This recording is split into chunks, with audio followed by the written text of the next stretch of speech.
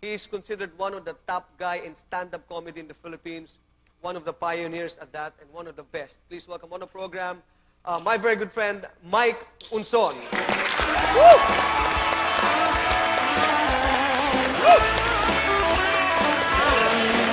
Thank you, thank you. Thank you very much, Jojo. I'm happy to be here. Give yourselves a big hand for joining us here at the Medyo Late Night Show. Yeah? And I'm happy to be here. Interesting month here in the Philippines, right? A lot of falling cars and trains. I kind of feel that I'm in an episode of Looney Tunes watching the news. What kind of training will compel you to push a broken train with a moving train? Seriously, folks. But anyway, a round of applause for people who like pirated DVDs, please, to be honest. Let me just tell you one thing. The other day, I was in a mall somewhere in Makati. I'm not going to tell you where.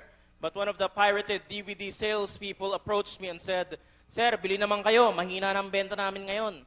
And I'm like, "Bakit? Ba't mahina na yung benta nyo?" "Sir, tinatalo na kami ng mga illegal downloads eh." And I'm like, "Bakit hindi ba illegal yung ginagawa ninyo?" Diba?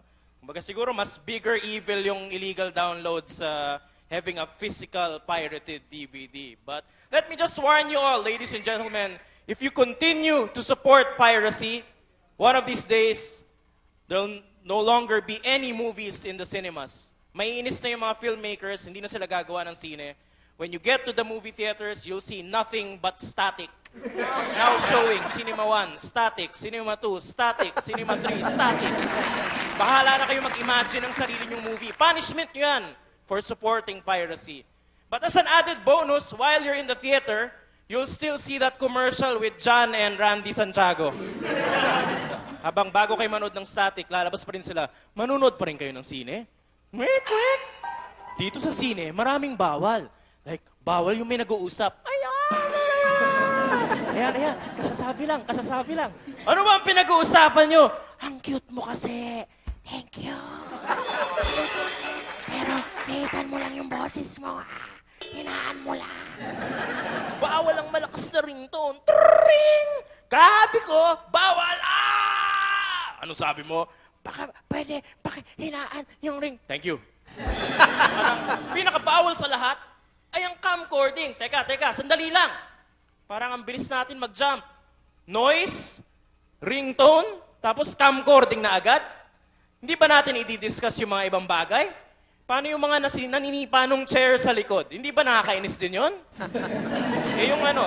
You discuss the ringtone anyway. What about the guy who's talking on the phone? Mas nakakairita yun. And the most irritating of them all is the person talking to the people in the film. There'll always be an old lady seated beside you and ina-assist niyo yung mga character sa sine.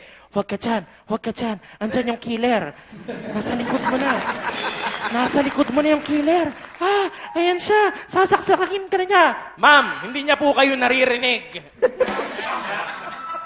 But of course, my other favorite thing when I watch movies here in the Philippines is that commercial, that MTRCB commercial. Have you ever seen that? That annoying dad, nung tanungin siya, "Daddy, ano bang gusto mong panoorin?" "R18 sana."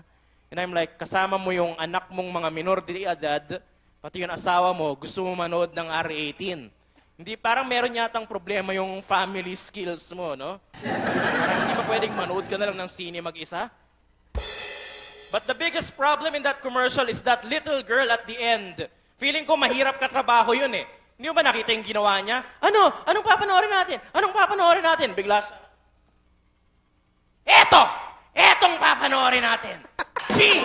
General Patronage para sa lahat.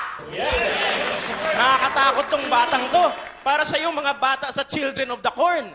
Parang pag hindi natin siya sinunod, sasabog yung mga ulo natin. Di ba? Etong papanoorin natin. Kung hindi, magkakamatayan tayong lahat. Diba? Hey, thank you very much, folks. Mike Unson, ladies and gentlemen.